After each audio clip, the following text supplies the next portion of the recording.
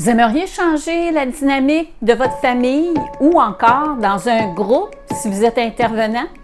À tout de suite!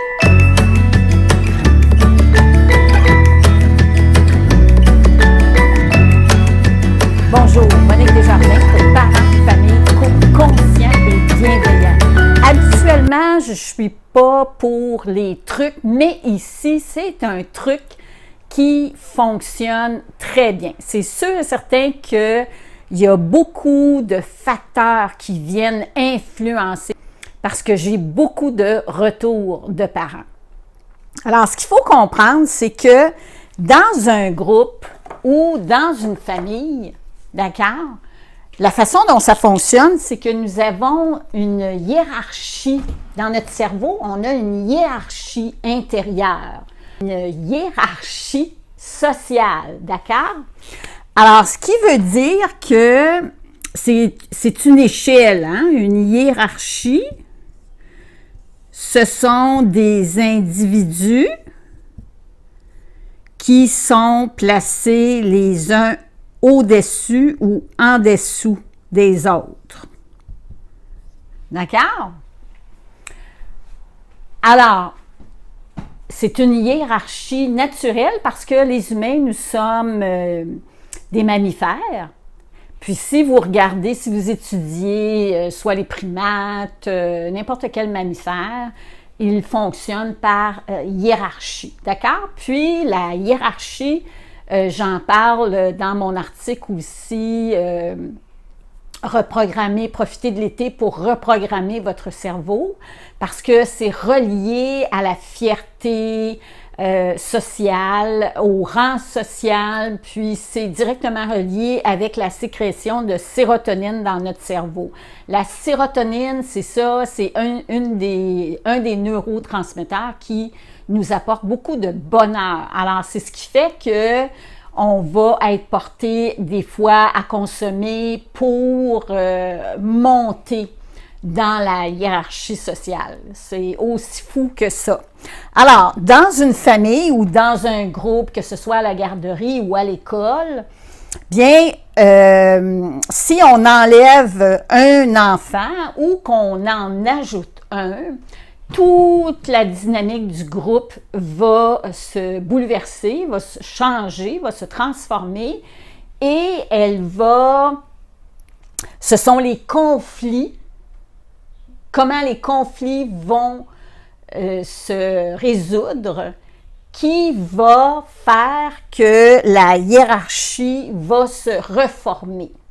Et celui qui est en haut, bien, ça se trouve à être le leader ou le dominateur. Parce que s'il y a beaucoup d'agressivité dans un groupe, s'il n'y a pas suffisamment de cadres, de limites, de frontières, ça peut créer beaucoup d'agressivité entre les personnes. Puis, s'il y a beaucoup de stress, de tension, tout ça. Et à ce moment-là, celui qui va être en haut peut essayer de dominer avec agressivité. D'accord? Donc, on dit que c'est bouleversé quand il y en a un qui est ajouté ou un qui est retiré et que la dynamique se transforme avec la résolution de conflits, puis il y a un leader qui se trouve à être en haut.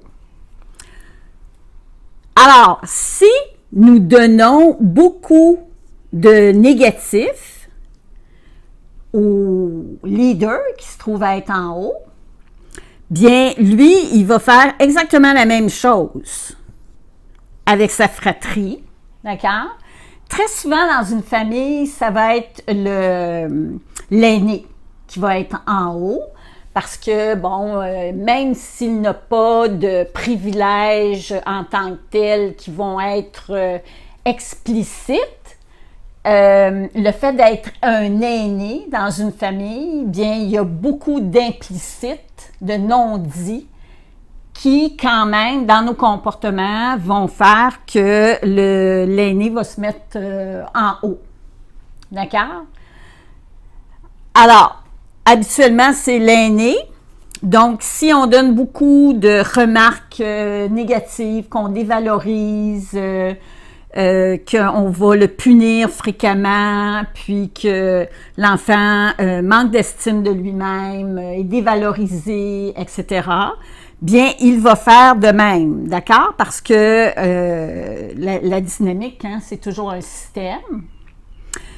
Puis, si on lui donne du positif, bien, il va faire exactement la même chose. Alors, ça va augmenter son estime de lui-même, il va se sentir plus valorisé, etc.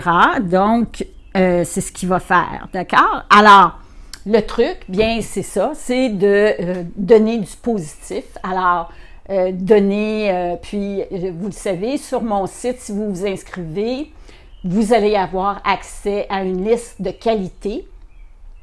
Alors, augmenter notre vocabulaire de qualité pour identifier le potentiel chez nos enfants.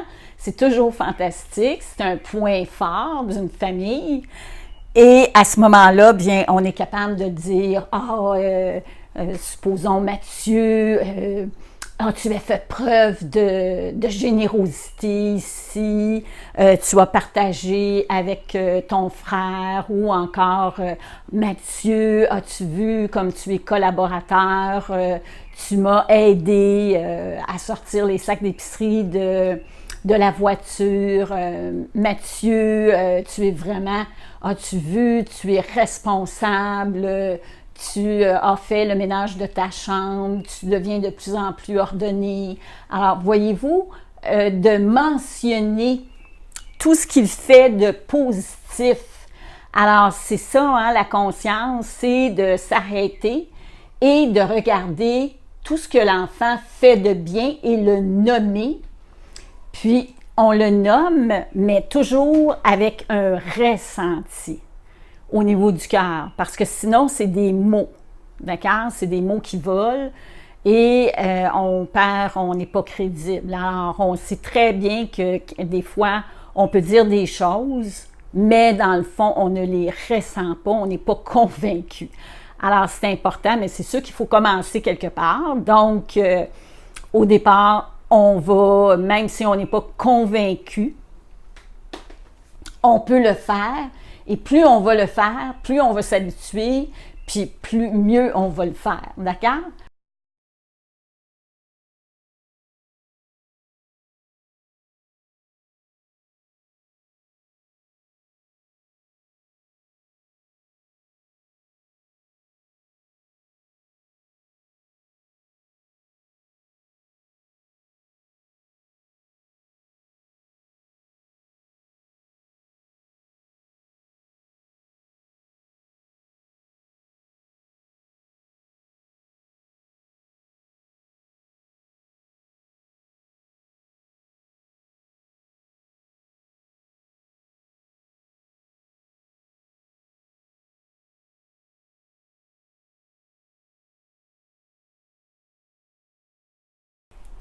Pas besoin de se culpabiliser parce que tout ça, très souvent, c'est inconscient.